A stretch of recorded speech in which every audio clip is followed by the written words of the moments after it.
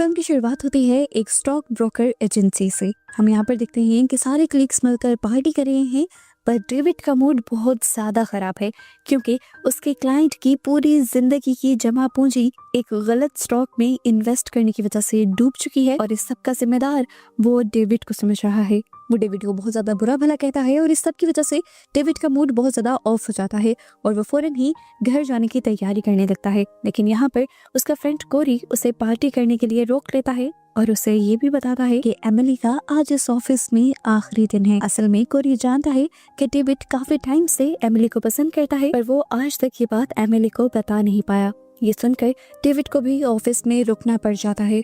ये लोग party enjoy करते हैं और उसके बाद जब एमिली घर जाने ही वाली होती है तब डेविड उससे बात करने की कोशिश करता है, पर पूरी तरह हिम्मत नहीं कर पाता और एमिली यहाँ से चली जाती है। उसे बहुत ज़्यादा रिग्रेट होता है।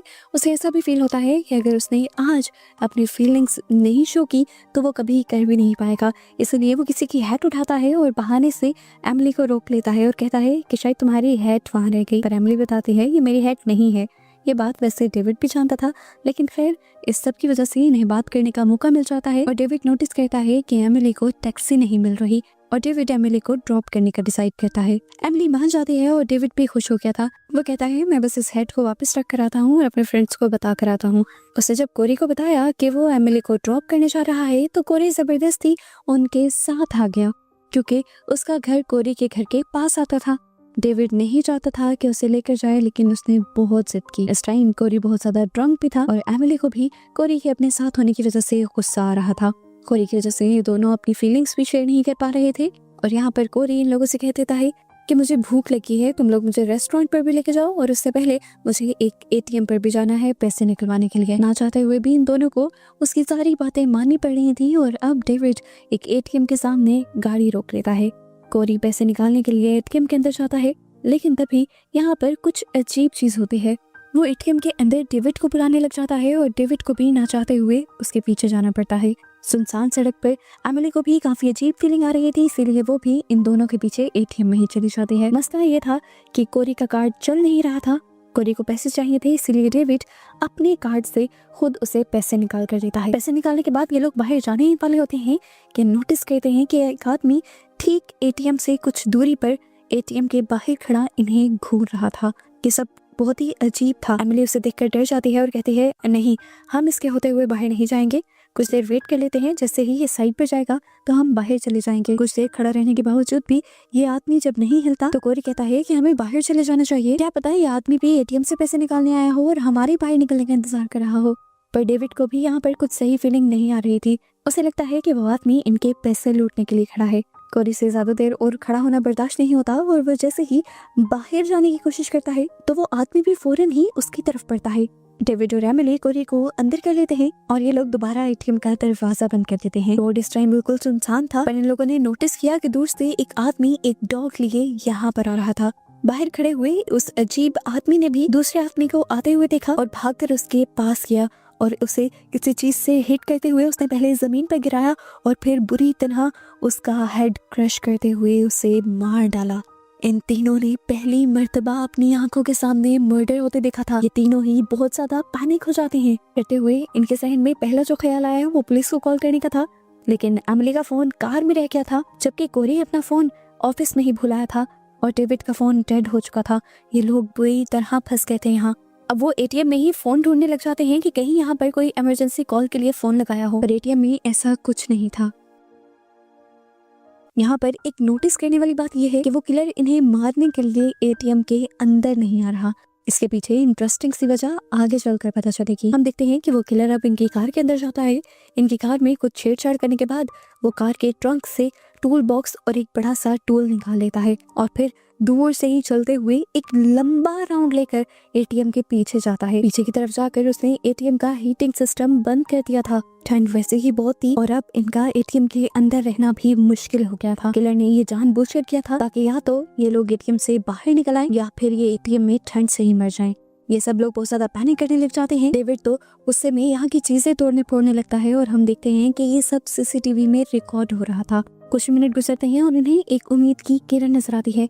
दूर से एक आती हुई कार इन्हें नजर आती है। ये लोग चिल्ला चिल्ला कर उस कार को अपनी तरफ अट्रैक्ट करने की कोशिश करते हैं, पर कार के दूर होने की वजह से ड्राइवर इनको सुन नहीं पाता। किसी तरह इन्हें यहाँ से बचना था, बाहर निकलना था।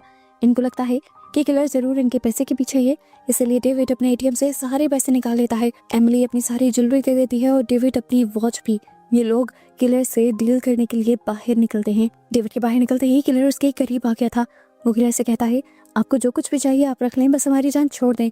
करते हुए वो किलर के आगे वो इन्वेलप कर रहा था, लेकिन किलर जब आगे नहीं बढ़ता तो डेविड वो इन्वेलप किलर के कदमों में फेंक देता है और कुछ देर तक नोटिस करता है कि किलर ने अभी तक उस इन्वेलप पर ध्यान भी नहीं दिया था। इसका मतलब था कि किलर को पैसे की जरूरत नहीं थी। डेविड और भी डर गया, एटीएम से तो बाहर निकल गया था। वो भागकर अपनी कार के अंदर जाकर बैठ जाता है।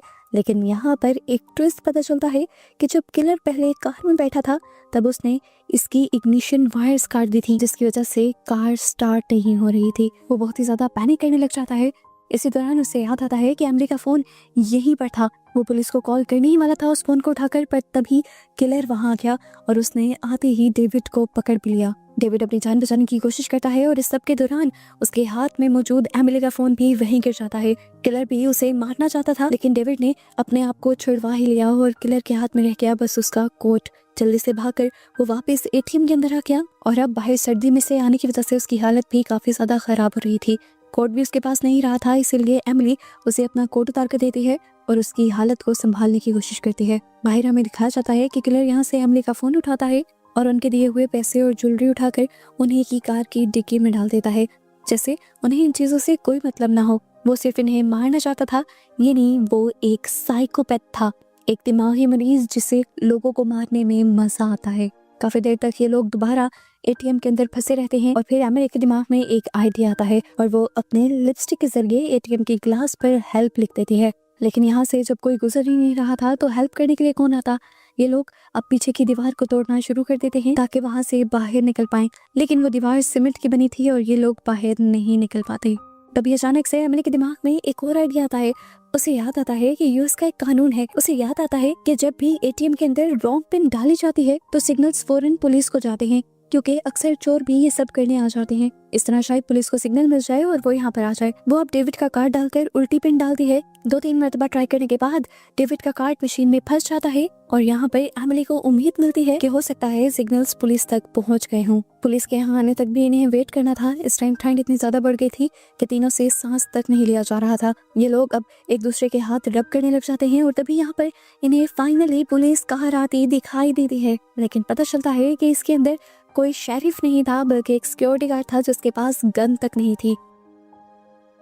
वो ग्लास पर लिखा हुआ हेल्प भी देख लेता है और इनकी तरफ बढ़ने की कोशिश करता है, लेकिन इसी दौरान वो किलर भी उसके पीछे आ जाता है। ये लोग उसे वार्न करने की कोशिश करते हैं पर वो गार्ड उनकी बात समझ नहीं पाता और किलर पीछे से उसके ऊपर हमला करके दोबारा पहले वाले आदमी की तरह उसका सर क्रश कर उसे मार डालता है। दूसरा मर्डर देखकर तो एमिली का बिल्कुल दिमाग खराब हो गया। इस सारे हादसे ने उसके दिमाग पर इतना बुरा असर डाला था कि अब वो अजीबोगरीब बातें करने लगी थी। ये लोग पैनिक कर ही रहे थे कि इन्होंने देखा कि किलर अंदर आ गया था। इससे पहले कि किलर इन्हें मार देता है, ये लोग बिना सोचे समझे किलर के ऊपर हमला कर देते हैं। कोरी किलर को अच्छे से पकड़ लेता है, जबकि डेविड उसकी गर्दन के गिर्द एक वायर जोर से बांधकर उसे जान से मार देता है। जिसके बाद ये लोग उसकी आइडेंटिटी निकाल कर देखने लगते हैं और तभी इन्हें एक बहुत बड़ा शॉक ग्लास के बाहर देखने पर मिलता है। किलर वहीं पर खड़ा था और ये बेचारा आदमी जिसे इन्हें मार दिया था वो तो एटीएम से पैसे निकालने के लिए आया था। ये लोग अब बहुत बड़े सदमे में चले गए थे, क्योंकि जिस मासूम आदमी को इन्होंने मार दिया था वो मासूम आदमी कहीं बच्चों का बाप था और यहाँ जो कुछ हुआ था वो सारा सीसीटीवी में रिकॉर्ड हुआ था। और ये पॉइंट पे नोट करने वाला है कि कोरी ने सिर्फ उस आदमी को पकड़ा हुआ था, मारने वाला उस आदमी को डेविड ही था। दिन से यहाँ पर हो गई थी कि उस आदमी ने भी किलर जैसी जैकेट पहनी हुई थी। इस टाइम कोरी अब उस मरे हुए आदमी की जैकेट उतार कर पहन लेता है, जबकि डेविड अभी भी इसी तरह बैठा हुआ था और वो कोरी को कोसने लग जाता है कि सब तुम्हारी गलती है, सब कुछ तुम्हारी वजह से हुआ है, ना तुम हमारे साथ आते, ना हमें एटीएम पे रुकना पड़ता, ना ये सब होता। पर इस टाइम ऐसी बातें करने का टाइम ही नहीं था। लेकिन ये लोग बच्चों की तरह लड़ रहे थे। कोरी कहता है कि उस आदमी को मारने में तो मेरी गलती नहीं ना, उसका तो गला तुमने घोटा है। इन दोनों की बहस के बाद इन दोनों में हाथापाई होने लग जाती है। डेविड कोरी पर भारी पड़ रहा था, यानी डेविड उसे ज्यादा मार रहा था और ये सब भी सीसीटीवी में रिकॉर्ड हो रहा था। इस सब के बाद कोरी को बहुत ज्यादा गुस्सा आ जाता है और वो कहता है बहुत हो गया, अब मैं और यहाँ पर नहीं रुकूंगा। ये कहकर वो दोनों के मना करने के बावजूद बाहर निकल जाता है और एकदम से कुछ कदम चलने के बाद ही गिर जाता है। असल में यहाँ पर किलर ने ट्रैप लगाया हुआ था एक मेटल वायर के जरिए। इन्होंने देखा कि किलर भी अब कोरी की तरफ बढ़ने लगा था। डेविड उसे बचाने के लिए जाना चाहता था पर एमिली उसे रोक रही थी। कोरी उसका पुराना दोस्त था। अपने पुराने दोस्त के लिए वो एमिली की बात नहीं सुनना चाहता था, इसलिए वो एमिली को धक्का दे देता है एटीएम के अंदर। और जब हमें सीसीटीवी कैमरा के जरिए यही सीन दिखाया जाता है तो ऐसा महसूस होता है कि जैसे डेविड एमिली के साथ जबरदस्ती कर रहा है। लेकिन इससे पहले कि अब वो जाकर कोरी को बचा पाता, वो देखते हैं कि किलर ने बुरी तरह उसे मार डाला था। ये सब देखते हुए डेविड सिर्फ अपनी जान बचाने का सोचता है और वापस एटीएम में आ जाता है। वो बहुत ज्यादा डिप्रेस हो चुका था क्योंकि उसका सबसे अच्छा और इकलौता दोस्त मारा गया था और अब वो इस सब का जिम्मेदार अपने आप को मान रहा था। वो कहता है कि अगर मैं एमिली को अपने साथ चलने को ही ना कहता तो ये सब होता ही नहीं, पर ये सारी बातें बेकार की हैं। हमें दिखाया जाता है कि क्लेयर कोरी की बॉडी से इधर उधर हो जाता है और ये लोग कोरी को हिलता हुआ नोटिस करते हैं, यानी वो जिंदा था किलर के हमले के बावजूद। इसलिए वो दोनों जल्दी से बाहर जाते हैं और कोरी को उठाकर अंदर ले आते हैं। कोरी की हालत बहुत ज्यादा खराब थी, उसको बचाने के लिए उसे फौरन हॉस्पिटल ले जाना था इन्हें। ये लोग फैसला कर लेते हैं कि अब ये लोग किलर से नहीं डरेंगे और हर हाल में बाहर निकलेंगे। पर इनकी सारी सोचों से पहले ही किलर इनके सारे प्लान पर पानी फेर देता है। डेविड की कार को एटीएम के दरवाजे के आगे लाकर एटीएम ब्लॉक कर ये लोग अब यहाँ के शीशे तोड़कर यहाँ से बाहर जाने की कोशिश करते हैं, पर ये ग्लास अनब्रेकेबल था, टूट नहीं सकता था। डेविड अब एक डस्टबिन उठाता है और एटीएम को तोड़ने लग जाता है कि शायद पुलिस को दोबारा से सिग्नल चला जाए, पर उसके मुताबिक ऐसा भी कुछ नहीं होता, जबकि सीसीटीवी में अब भी ये सब कुछ रिकॉर्ड हो रहा था और सीसीटीवी की फुटेज में सब कुछ ऐसा फील हो रहा था कि जैसे सारा खराब काम डेविड ही कर रहा है, हालांकि वो तो खुद विक्टिम है। इससे भी बुरा काम वो किलर ये करता है कि इसी एटीएम के अंदर ठंडा पानी छोड़ देता है। सर्दी से इनका और भी ज्यादा बुरा हाल हो जाता है। कोरी की हालत और भी ज्यादा बिगड़ने लग जाती है। डेविड को अब कोरी की पॉकेट से एक लाइटर मिलता है और वो लाइटर की मदद से यहाँ पर फायर अलार्म बजाने की कोशिश करते हैं, पर इतनी सी आग से कोई फर्क नहीं पड़ रहा था। इन लोगों ने फिर यहाँ के सारे छोटे छोटे पेपर्स इकट्ठे किए, एक डस्टबिन में डाले और फिर उन्हें आग लगा दी, लेकिन उन सब का भी धुआं इतना ज्यादा नहीं था कि फायर अलार्म ट्रिगर होता। इसीलिए डेविड अब एमिली को अपने कंधों पर बिठाता है और वो डस्टबिन को उठाकर फायर अलार्म किसी तरह एक्टिव करने में कामयाब हो भी जाते हैं। ये सब देखकर दोनों को बहुत ज्यादा खुशी होती है और इससे पहले कि अब ये लोग यहाँ से निकल पाते, डेविड का पाँव स्लिप हो जाता है। उसके ऊपर बैठी हुई एमिली लड़खड़ा जाती है और दूर से ही गिर जाती है। उसका सर एक स्लैब पर लगने की वजह से उसकी गर्दन टूट चुकी थी और अब वो भी फौरन ही मर गई थी। ये देखते हुए डेविड बिल्कुल टूट गया। पहले उसका दोस्त मर गया था और अब वो लड़की जिसे वो काफी टाइम से पसंद करता था वो भी मर चुकी थी। डेविड रोने में बिजी था कि तभी किलर अपनी एक नई चाल चलता है। वो यहाँ पर मौजूद वो पुलिस कार जिसमें गार्ड यहाँ पर आया था उसे भी चलाते हुए डेविड की कार के पीछे मारता है, जिससे डेविड की कार एटीएम के अंदर क्रैश हो जाती है और एटीएम टूट जाता है। अब तो किलर अंदर आ जाता और डेविड को मार देता, लेकिन डेविड ने भी इस मर्तबा हिम्मत करने का फैसला किया। उसने यहाँ पर वो बोतल उठाई जो कि कोरी के पास थी और उसे लेकर बाहर निकल गया। उसे यहाँ पर काफी देर तक तो किलर नहीं नजर आया, फिर उसे दूर एक चेयर पर बैठा किलर नजर आया। उसने उस बोतल के अंदर लाइटर जलाकर फेंका और उसे फेंक दिया बिल्कुल किलर के पास। किलर के पास एक धमाका हुआ और वहीं पर किलर जलकर मारा गया। लेकिन क्या किलर से जीतना इतना आसान था? देखने को मिला कि ये बॉडी उसी सिक्योरिटी गार्ड की थी जिसे भी किलर ने ही मारा था और किलर ने ये सब कुछ सिर्फ डेविड का ध्यान भटकाने के लिए किया था। अब यहाँ पर किलर उसकी तरफ पड़ने वाला था, लेकिन तभी पुलिस की कार यहाँ आती दिखाई देती है। इतने सारे जो एटीएम से रॉन्ग सिग्नल्स इन्होंने भेजे थे वो अब काम कर रहे थे और पुलिस इस टाइम बहुत ही गलत टाइम पे आई थी। पुलिस को देखते ही किलर तो छुप जाता है, लेकिन डेविड बुरे हालात में पकड़ा जाता है। डेविड ने पुलिस को सारी बातें बताने की कोशिश की थी कि किस तरह ये सब कुछ हुआ था, लेकिन जब पुलिस यहाँ का सीसीटीवी चेक करती है तो उन्हें ये सारा सीन इस तरह का दिखाई देता है कि इसमें किलर कोई और नहीं बल्कि डेविड है, क्योंकि सबसे पहले एग्जॉस्ट होकर एटीएम की चीजें तोड़ने के साथ उस शरीफ आदमी को भी डेविड ने ही मारा था और उसके बाद एमिली भी डेविड की वजह से ही गिरी थी। इन सारी चीजों को देखते हुए डेविड ही एक मर्डरर लग रहा था और किलर तो यहाँ कैप्चर ही नहीं हुआ था।